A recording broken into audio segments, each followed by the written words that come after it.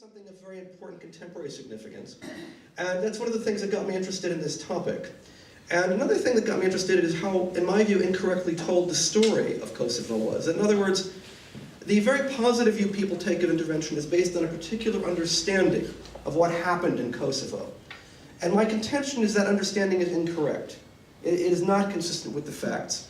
It really was not consistent with the facts as we knew them at the time, but particularly a lot of new information has become available from new sources.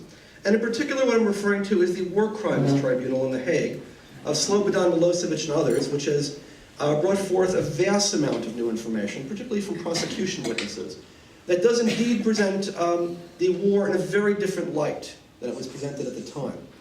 And what I'm going to argue, in essence, was that the war in Kosovo, A, was quite unnecessary, and that the war made things vastly worse in Kosovo. It did not improve the humanitarian situation. It made it much worse than it was before. And that the main function of the war was not to alleviate the humanitarian emergency, it was to enhance US power, something it did with great success. And again, most of this, a lot of this draws on the new information that's come out more recently. So let me, oh, by the way, one more point I do want to emphasize is the main objective critique of my book is a very famous book by Samantha Power, A Problem from Hell, America in the Age of Genocide. Many of you have no doubt heard of it or read it. A very influential book, published in, I believe it was 2002, which not only made Samantha Power very famous and got her appointed to the National Security Council under Obama, but also, I think, did a great deal to sort of distill down the idea of the very benign and desirable effects of US intervention. And a major contention is that the story as told by Power is incorrect. So let's look a little bit at the background here. Kosovo is a tiny, what was then an autonomous province of Yugoslavia. It's about the size of, I believe it's as small as Rhode Island, if I'm not mistaken, very small in size, about 2 million people. It was one of 8 administrative units of Yugoslavia, the poorest part of Yugoslavia. It was an area with considerable ethnic tension, and the main ethnic groups were the Albanian ethnic group, who were the large majority. At the time of the war, they were about 85% or so of the country, of the province. And the main other group are the Serbs, ethnic Serbs, who are, or were, I should say, about 10 to 15%. Traditionally, the Serbs were more privileged, better educated. The Albanian population of Kosovo was one of the very poorest populations in the entire continent of Europe. There was a tradition of oppression by the ethnic Serbs against the Albanians, supported by the larger government of Yugoslavia during the period up till 1966. And the Albanians were indeed discriminated against and treated very badly under communist Yugoslavia. Yugoslavia in general was a relatively benign communism on the whole, and I would say a relatively successful form of communism for the most part. Kosovo was an exception, however. And the government, the central government under Tito, did not treat the Albanians very well.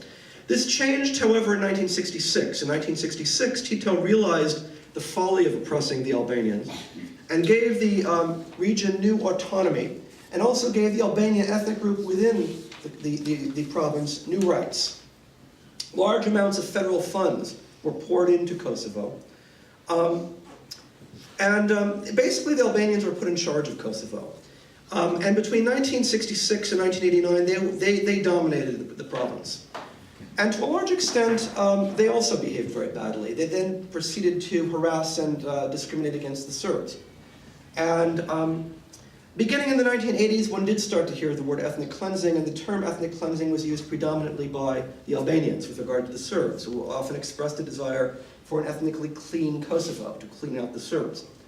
I mention this because one often thinks of the Albanians as victims, and indeed they are victims, but they're not quite so clear-cut as victims, and it's not quite so clear-cut a moral story as one would like to believe.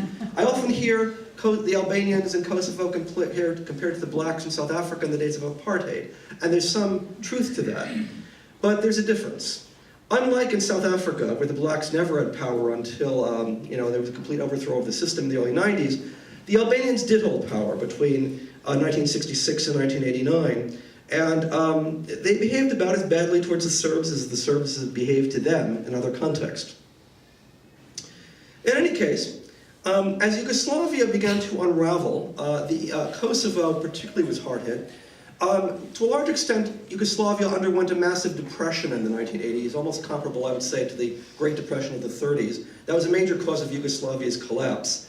And as a result of that, you got a series of new ethnic demagogues who rose to power in various parts of Yugoslavia. These new ethnic demagogues knew they could no longer gain power through high rates of economic growth, which were gone.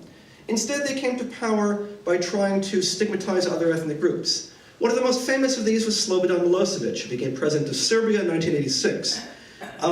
He was indeed a villain in this story. He certainly wasn't the only villain. I'm not even sure he was necessarily the worst, but he was a villain, that's for sure. And he rose to power in part by arguing about the need to protect fellow Serbs in other parts of Yugoslavia, outside of the Republic of Serbia, notably in Kosovo. He claimed our ethnic brothers and sisters in Kosovo are being oppressed, which had some truth, and we in Serbia must protect them. And under Milosevic's prodding, which was of course very self-interested, basically Kosovo was stripped of its autonomy in 1989 and put under direct martial law by the Republic of Serbia. And the tides were turned. Now the Serbs were the dominant group, and the Albanians were oppressed. And for the next 10 years, the Serbs began to behave atrociously towards the Albanians, engaging in all manner of discrimination and oppressive activity. And as Yugoslavia broke up, Kosovo expressed a very strong desire to secede as well, but was not allowed to do so because it was under martial law by Serbia. And so you got an extended conflict going on. Now initially, the efforts to secede were led by non-violent groups, some of which were actually kind of relatively positive. Ibrahim Rugova, an Albanian academic, led a non-violent effort for secession. But gradually he was eclipsed by a new organization in the mid-1990s known as the Kosovo Liberation Army, which preached not only violence, but also advocated really a generalized use of violence against the Serbs, including civilians on a large scale, with a clear intent of cleansing Kosovo of Serbs. In 1997, there was a breakdown of civil order in neighboring Albania. A brief civil war there took place, and the arms stores of the Albanian army were opened up. Many of these arms were transferred across the border to the KLA in Kosovo, and they began an insurgency the following year in early 1998. And at this point, you had a full-scale civil war developing in Kosovo, which lasted about a year and a half. And during the course of this civil war, you had a classic guerrilla army, basically, fighting. And the way they fought was one of provocation and use of terrorism. And the word terrorism I do not use here as an epithet, but simply that's what it was. And the United States, in fact, put the KLA on their list of terrorist organizations until late 1998, when the US decided to back the KLA and they were removed. But it was common knowledge among Western sources that the KLA used classic terrorist tactics. And this was conceded even by prosecution witnesses at the Milosevic trial. Let me give you Patty Ashdown, a British diplomat, deeply involved in the diplomacy of this period, a key prosecution witness against Milosevic. I'll read you the transcript. Milosevic.